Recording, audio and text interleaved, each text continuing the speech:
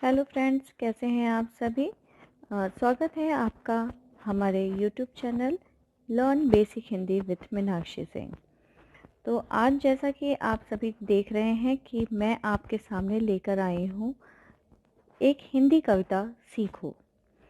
सीखो का मतलब आप सभी बहुत ही अच्छे से समझ रहे होंगे कि किसी भी चीज़ को लर्निंग प्रोसेस में लाना। यहाँ पर जो कवि हैं, कवि का नाम है श्री नाथ सिंह।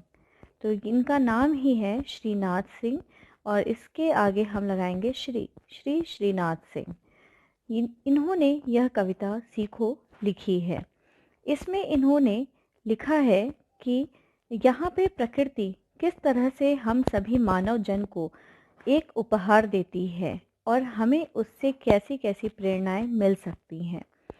इस तरह से जैसे कि यहाँ पर लिखा हुआ है कि फूलों से, भौरों से, तरु से और हवा है, कोमल हवाएं जो हैं, दूध पानी है, सूरज है, पेड़ हैं, ये सब हमें कुछ सिखाते हैं जीवन में। और यहाँ पे हम कैसे और क्या सीखते हैं इसके बारे में भी आइए आगे पढ़ते हैं। यहाँ पर इसमें बोल रहा है कि यहाँ पे कवि हमें यह समझाने की कोशिश कर रहा है कि हमें अपने मानवीय गुणों का विकास इनके आधार पर करना चाहिए। जिस तरह से झुकी हुई डालियाँ हमें नम्रता सिखाती हैं और हवा हमें कोमलता प्रदान करती है, तो इसी तरह से हमें भी अपने व्यवहार को विनम्र बनाना चाहिए। फूलों से नित हंसना सीखो।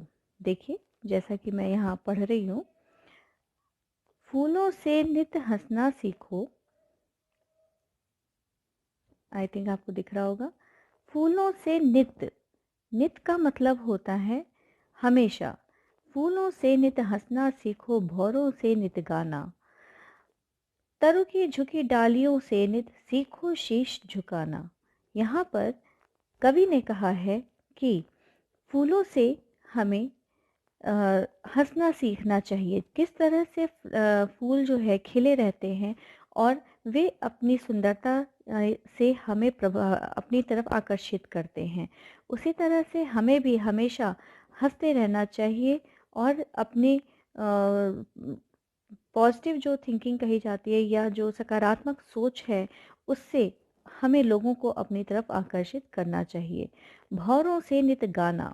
भौरों से नित गाना मतलब है कि जो भंवरे हैं, यहाँ पे दूसरी लाइन में आप देख रहे हैं, ये लिखा है ना, भौरों से नित गाना, यानी जो भौरे हमेशा फूलों पे मंडराते रहते हैं, वो कहते हैं, वो जिस तरह की आवाज़ निकाल रहे हैं उनको कहा गया है उनका गीत या गाना। तरु की झुकी डालियों से नित सीखो शीश झुकाना। तरु का मतलब होता है पेड़, वृक्ष। तो यहाँ पर कहा गया है कि जो वृक्ष की, जो पेड़ों की डालियाँ होती हैं, वो किस तरह से झुक जाती हैं, विनम्र हो जाती हैं। उसी तरह से हमें भी, जिस तरह से हम बड़े हो रहे हैं, हम समाज में रह रहे हैं और हमें कुछ सीखने को हमेशा मिल रहा है, तो उसमें हमारा स्वभाव कैसा होना चाहिए, विनम्र होना चाहिए। सीख हवा के झोंकों से लो कोमल भाव बहाना। और हमें हवा जैसी हवा से हमें जो है कोमलता का भाव मिलता है, यानी हमें हमेशा कोमल व्यवहार रखना चाहिए। दूध और पानी से सीखो मिलना और मिलाना। दूध और पानी जब आपस में मिल जाते हैं तो हमें पता नहीं चलता कि कहाँ दूध है और कहाँ पानी। अगर हम इनको अलग भी करना चाहें तो भी हम इन्हें अलग नहीं कर सकते। तो इसीलिए यहाँ पर इसको बताया है कि वो किस तरह से आपस में एक साथ रहते हैं, उसी तरह से हमें भी मिलजुल कर आपस में रहना चाहिए। सूरज की किरणों से सीखो। सूरज की किरणों से सीखो जगना और जगाना। यानी जो सूरज की किरणें हैं, जो सूर्य देवता हैं, जो अपनी किरणों को बिखेर रहे हैं, वो क्या करते हैं, वो हमें जगाते हैं। और जगाने का अर्थ यही नहीं है कि हम सो रहे हैं और हम उठकर बैठ गए, नहीं। हमारी जो सोच है जो कभी कभी कहीं कहीं कुंठित हो रखी है, उसको भी हमें सुधार लाना होगा। तो उस तरह के जगने की बात यहाँ पे कही जा रही है। लता और पेड़ों से सीखो सबको गले लगाना। जो लताएं होती हैं वो हमेशा पेड़ों पर लिपटी रहती हैं या किसी न किसी वस्तु पर लिपट के तब आगे बढ़ती हैं। जैसे कि आपका मनी प्लांट का पौधा है, वो हमेशा ही उसको कुछ सहारा चाहिए होता है, और सहारा देने वाला भी सहारा देता है। तो पेड़ जो है सहारा देने वाला है और लताएं जो हैं वो सहारा लेने वाली हैं। तो ये आपस में कैसे मिलजुल कर एक दूसरे के साथ आगे बढ़ रहे हैं, इस चीज़ से हमें कुछ सीखना चाहिए। नेक्स्ट है, मछली से सीखो स्वदेश के लिए तड़प कर मरना। मछली से सीखो स्वदेश से तड़प कर मरना। इसका मतलब है कि जिस तरह से मछली को जल से हम बाहर निकाल देते हैं तो वह तड़प कर मर जाती है, उसी तरह से हमें भी अपने देश के प्रति उतना ही प्रेम रखना चाहिए। यानी जो मछली का उदाहरण दिया गया है कि मछली उस जल को, चाहे जल वो कहीं भी उसको मिल जाए, वो वहाँ पर जिंदा रह जाती है, पर बिना जल के वह तड़प तड़प कर अपने प्राणों को त्याग देती है। पतझड़ के पेड़ों से सीखो दुख में धीरज रखना।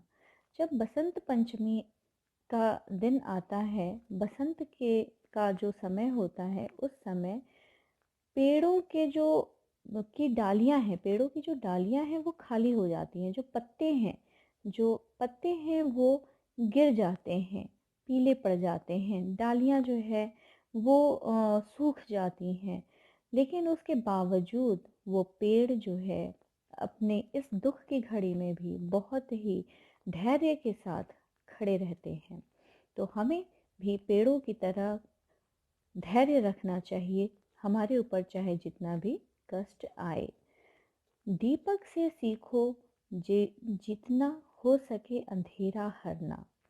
जिस तरह से दीपक को जलाते ही, जो दीपक होता है जब हम उसे जलाते हैं तो जो उसकी किरणें हैं वो चारों तरफ फैलती हैं, और चारों तरफ फैलने की वजह से वहाँ पर अंधेरा हट जाता है।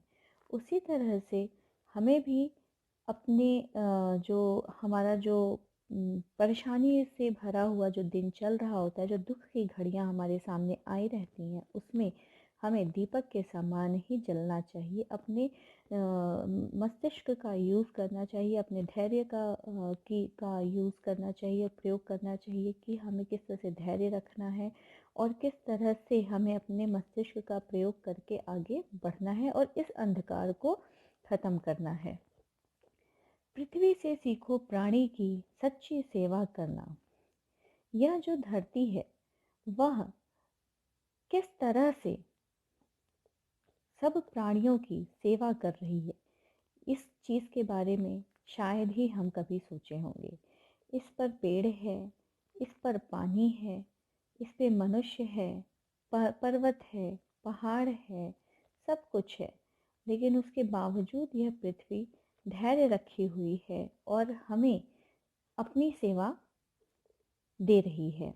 वह हमारे लिए हमेशा तत्पर रहती है। वह कैसे रहती है? पेड़ों से फल देकर, नदी देकर, हवा देकर, बाकी सारी जो भी सुख सुविधाएं हम इस पृथ्वी पर ही जो बना रहे हैं, घर बना रहे हैं, वो उसकी सेवा देकर वो कभी हमें मना नहीं करती। उसी तरह से हमें भी उससे हमें सीखना चाहिए। जलधारा से सीखो आगे जीवन पथ में बढ़ना।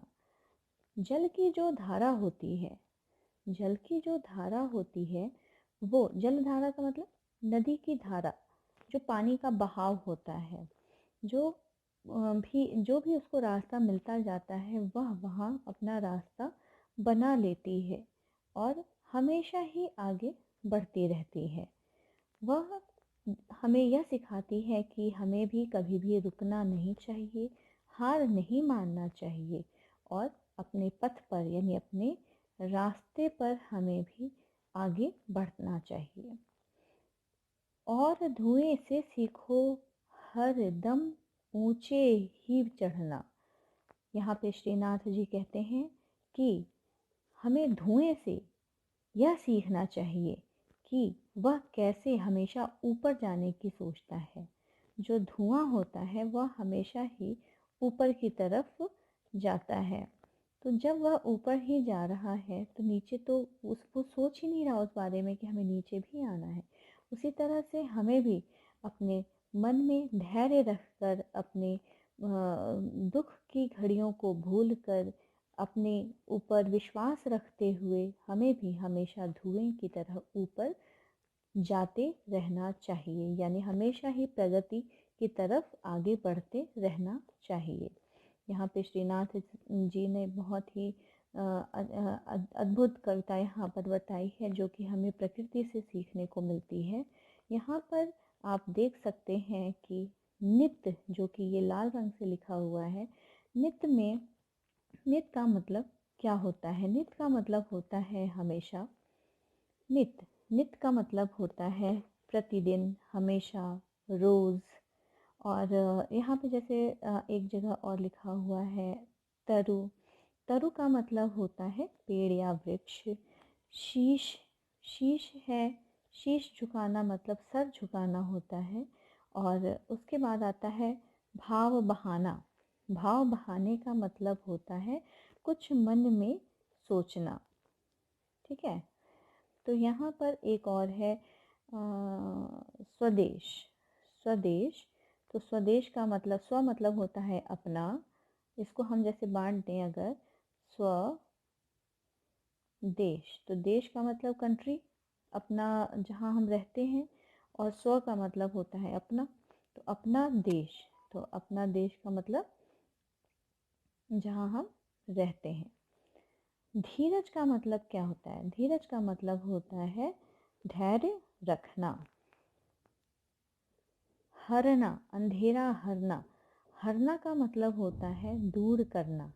एक होता है हारना। हारना मतलब होता है किसी खेल प्रतियोगिता या कोई भी चीज़ ऐसी हो जिसमें हम जीते और हारे, तो हारे, हारना, मैंने उसे हराया। यहाँ पे है हरना। हरना मतलब किसी चीज़ को चुरा लेना, दूर कर देना।